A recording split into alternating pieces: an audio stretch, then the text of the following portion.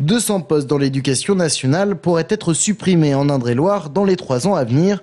C'est ce que croit savoir le syndicat SNUIPP.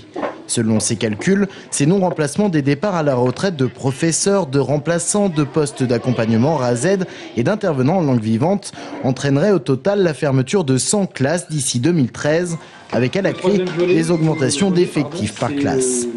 On atteindrait maintenant, on est déjà à 32 en maternelle, pour ouvrir on atteindrait donc 33 ou 34 sans doute. On est à 28 en élémentaire, on atteindrait les 30. On est l'un des départements en France qui aura donc le nombre d'élèves par classe le plus important de France. Donc c'est une situation qui est catastrophique. Déjà, lorsqu'on avait fait le point en début de rentrée 2009, on était à un retard de 150 postes pour le département pour être dans la moyenne nationale. Donc là, la situation va être dramatique, et dramatique notamment pour les enfants en grande difficulté. Si ces suppressions sont confirmées, on assisterait donc à une accélération du programme de réduction des effectifs dans l'éducation nationale. Car jusqu'à présent, si l'Indre-et-Loire était confrontée à une baisse du nombre de classes, certaines ouvertures étaient cependant décidées.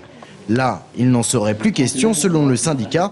Celui-ci se base sur un document qu'il s'est procuré, une note du ministère dans laquelle il détaille ses objectifs aux inspecteurs d'académie.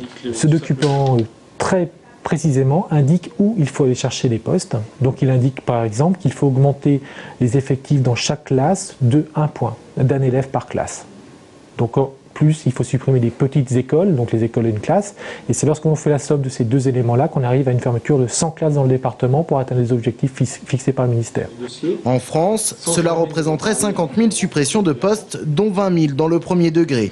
Le syndicat a lancé de manière parodique un éducathon en direction du ministre de l'Éducation nationale. Pas de dons, mais des boutons, histoire de lui en donner quelques-uns.